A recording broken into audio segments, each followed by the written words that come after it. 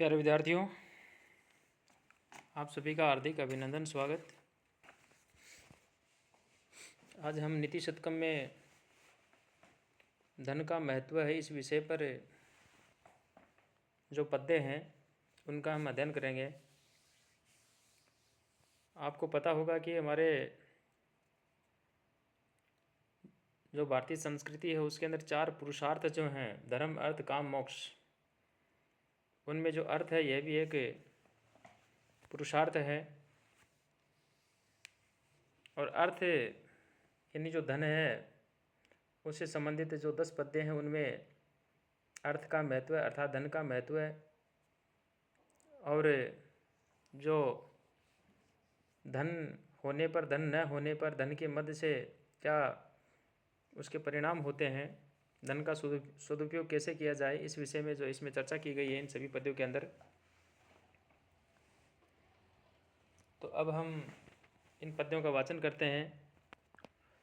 जातिर्यातु रसातलम गुणगणस तस्याप्यधो गच्छतात् शीलं शैलतटात् पतत्व अभिजनः समदह्यताम वह्निना शौर्यवैरिणीं वज्रम आसु निपतत्वम् अर्थोस्तुनः केवलम येनेकेन विना गुणास तृण लव प्रायाः समस्ता इमे। जाति ही रसातलम यातु, यानी जाति जो है वह चाहे रसातल में चली जाए। गुण गण है तस्य अपि अदय गच्छतात, और जो भी गुणों का जो समूह है, जैसे मित्रता है, करुणता है, ये सारे के सारे जो गुण हैं ये उससे भी भले ही जो है नीचे चले जाए। शीलम शैल तटात पततु, जो सदाचार है, तो शीलता है, वह पर्वत शिखर से गिर पड़े, या यूँ कह सकते हैं कि भले ही वो नष्ट हो जाए। अभिजन है वैनिना समदह्यताम, जो उच्च वंश है वह अग्नि के द्वारा जला दिया जाए। वैरिणी शौर्यम आसु वज्रम निपततु, शत्रु शौर्य पर भले ही वज्र गिर पड़े।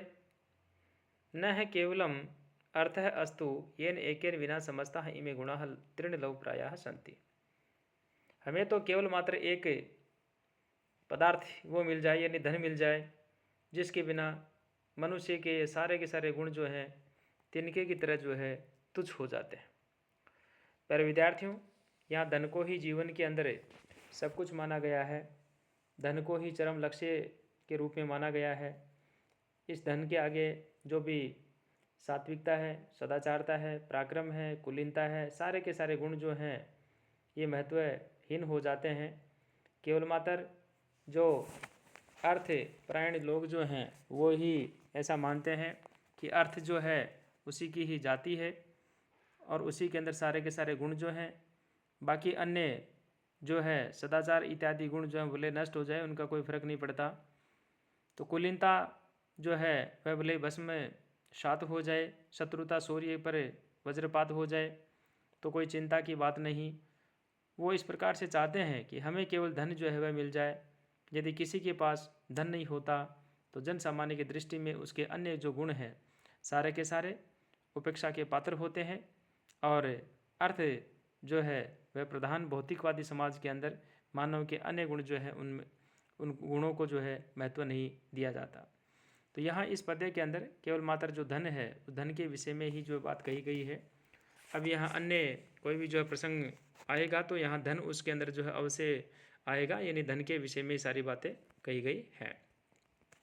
तो व्याकरणात्मक टिप्पणियाँ उनको साथ में याद करते हुए शार्दूल विक्रीडित जो छंद है उसका ये उदाहरण है, और व्याकरणात्मक टिप्पणियाँ आप साथ साथ में याद करते रहें। ये अगला जो पद्य आ रहा है इस पद्य के अंदर भी वही बात कही गई है कि सर्वगुण आश्रय जो है वह केवल और केवल मात्र जो है धन के अंदर ही विद्यमान है, सोने के अंदर ही आश्रित रहती है। और कहा यस्यास्ति वित्तं स नरः कुलीनम, कुलीनः है, स पंडितः स श्रुतवान गुणज्ञ है, स एव वक्ता स च दर्शनीय है, सर्वे गुणाः कांचनम आश्रयन्ति। यस्य वित्तम अस्ति स नरः, यानी जिस व्यक्ति के पास वित्त है, जिस व्यक्ति के पास धन होता है वह ही मनुष्य जो है कुलीन होता है। सह पंडितः है, वही विद्वान होता है। सह श्रुतवान है, वही शास्त्र को ज्ञाता होता है। सह गुणज्ञ है, वही गुणों का ग्राही माना गया है। स एव वक्ता, वही श्रेष्ठ वक्ता माना गया है, वही अच्छा वक्ता होता है। स च दर्शनीय है, वही दर्शनीय माना जाता है। सर्वे गुणाः कांचनम आश्रयन्ति, यानी इस प्रकार से सारे के सारे जो गुण हैं, कांचन मानी जो सोना होता है, स्वर्ण जो होता है, उसका आश्रय लेते हैं। अर्थात धन जो है, उस धन में सारे गुण जो है निहित रहते हैं। यहाँ पर हमारे को वही बातें ध्यान में रखनी है। ये उपजाति छंद उसका उदाहरण है। और अगला जो पद्य आ रहा है उससे पहले मैं आपसे निवेदन करूं कि जो व्याकरणात्मक टिप्पणियां हैं, उन व्याकरणात्मक टिप्पणियों को आप साथ साथ में जो है कोट करते रहें, याद करते रहें, उसके बाद में ही आगे बढ़ें। जो 34वां जो पद्य आया और यहाँ पे कहा, दौर्मंत्रान निरपतिर विनश्यति यति ही संगात श्रुतो लालनात् विप्रो नध्यनात् कुलं कुतनयात् शीलं खलोपासनात् हिर्यम अद्यात् न वेक्षणात् अपि कृषि स्नेह प्रवास आश्रयात् मैत्री च प्रणयात् समृद्धिर्नयात् त्याग्यात् प्रमादात् धनम। नृपति ही दौर्मंत्रात्, यानी राजा जो है वह कुमंत्रणा जो होती है उसे नष्ट हो जाता है, यानी उसके मंत्री जब उसकी चुगली खा जाते हैं, बाहर जब उसकी पॉलिसी आउट कर देते हैं, उससे वह नष्ट हो जाता है। यति ही संगात, मुनि जो होता है, ऋषि जो होता है, तपस्वी जो होता है, वह आसक्ति से नष्ट होता है। सुतः लालनाथ विप्रह अध्ययन अनध्यनाथ, जो पुत्र जो होता है वह अत्यधिक लाड़ प्यार से जो है वह नष्ट हो जाता है, या यूँ कह सकते हैं कि खराब हो जाता है, बिगड़ जाता है। कुलम और विप्रह अनध्यनाथ, जो ब्राह्मण है वह शिक्षा के अभाव से जो है कुलम कुतनियात, कुल जो है वह कुपुत्र के पैदा होने से जो है वह नष्ट हो जाता है। शीलम खलोपासनात्, सदाचार जो होता है वह दुष्टों की संगति से नष्ट हो जाता है। रिहि मद्यात, लज्जा जो है वह मद्यपान से। कृषि ही अपि अनवेक्षणात्, कृषि देखभाल न करने से। स्नेह प्रवास आश्रयात, और जो प्रेम है वह वनवास से, यानी जो प्रेम होता है उस प्रेम के विषय में कहा कि जो स्नेह होता है, प्रेम होता है, वह प्रवास आश्रयात, यानी प्रवास से, यानी दूर चले जाने से, ये बहुत समय तक घर नहीं आने से। मैत्री च अप्रणयात, मित्रता अनुराग के अभाव से। समृद्धि ही अनयात, धनम त्यागात प्रमाद च, और समृद्धि नीति विरुद्ध आचरण से तथा धन जो है वह अत्यधिक त्याग करने से एवं असावधानी से जो है विनश्यति अर्थात नष्ट हो जाता है। तो प्यारे विद्यार्थियों, यहाँ राजा जो है, राजा यदि राजा गलत सलाह मान लेता है, जो उनके मंत्री संतरी होते हैं उसकी पॉलिसी आउट कर देते हैं, उसको यदि गलत सलाह देते हैं तो उसका नाश जो है वह हो जाता है। सन्यासी आसक्ति में जब फंस जाता है तो वह भ्रष्ट हो जाता है। अपन देख भी रहे हैं कि वर्तमान में कई ऐसे सन्यासी हैं जो जेलों के अंदर बैठे हैं। अत्यधिक लाड़ प्यार से दुलार से पुत्र जो होता है वह बिगड़ जाता है। ज्ञान ही ब्राह्मण जो होता है उसकी खास बात होती है, विशेषता होती है। बिना ज्ञान के ब्राह्मण की कोई पहचान नहीं होती है। अध्ययन नहीं करने से वह एक तरह से यूँ कह सकते हैं कि वो एक तरह से कोरा कागज होता है, नगण्य बन जाता है। कुपुत्र से जो वंश होता है वह बदनाम हो जाता है। दुष्टों की संगति जो है वह शील जो उसको नष्ट कर देती है। इसी प्रकार मद्यपान से मनुष्य जो उसको निर्लज बना देता है। लापरवाही कृषि जो है उसको लापरवाही कृषि को चौपट कर देती है। प्रवास से स्नेह में कमी आ जाती है। प्रेम के अभाव में मित्रता नष्ट हो जाती है।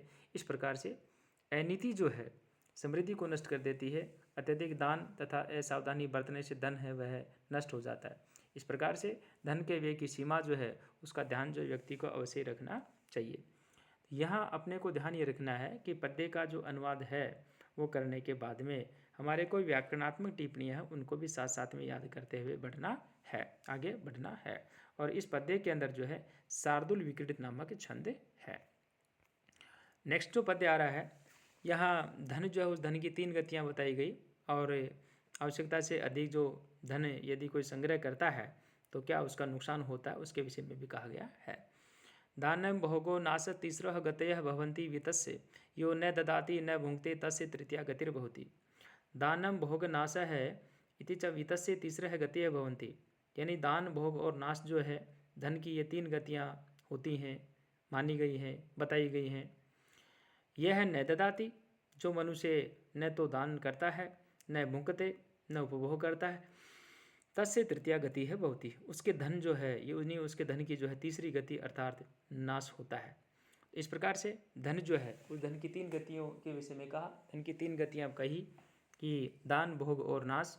व्यक्ति के पास यदि धन है तो दान करे, दान नहीं करे तो भोग करे, भोग भी नहीं करता, दान भी नहीं करता तो लास्ट में वो धन जो होता है नष्ट हो जाता है। इसलिए कहा यह न ददाति न भुंक्ते तस्य तृतीया गतिर् भवति। जो न देता है न भोग करता है उसकी जो है यानी उसका जो धन होता है उसकी तृतीया गति तीसरी गति जो है वह होती है। तो प्यारे विद्यार्थियों, आपको इस प्रकार से जो है ये धन जो है उस धन की जो महिमा है उस धन की महिमा के विषय में आपको ये छोटे छोटे क्वेश्चन भी याद करने हैं और साथ में जो आपके 8 नंबर के क्वेश्चन जो आते हैं वहाँ पर भी धन का महत्व उसके विषय में टिप्पणी जो पूछी जाती है कई बार। तो इसलिए आप ये जो पद्य हैं इन पद्यों का भाव जो है वो तो याद करें ही करें। साथ साथ में आप एक आध पद्य जो है वैसे मौखिक भी, जैसे ये दानम भोग नाश है, तीसरा है गतियो भवंती वित्तस्य। इस पद्य को जो आप याद भी कर सकते हैं। बाई चांस यदि परीक्षा के अंदर यदि ये धन की महिमा यदि आ जाती है, धन का महत्व यदि आ जाता है तो आप इसको आसानी से जो है इसको लिख सकते हैं। तो इस प्रकार से आपको जो है इस धन के विषय में जो है आपको ये 4-5 पद्य जो मेरे द्वारा बताए गए, मैं समझता हूँ कि सभी विद्यार्थी जो इनका अध्ययन करेंगे और अगली हमारी जो क्लास होती है तब तक आप इनको जो है 1 बार पढ़ें, 2 बार पढ़ें और पढ़ने के बाद में आप इनको सुने। यदि कोई चीज़ समझ में नहीं आती तो आप ग्रुप में शेयर करें, व्यक्ति रूप से बताएं, आपको हर समस्या का समाधान किया जाएगा। सभी विद्यार्थियों का एक बार पुनः आभार।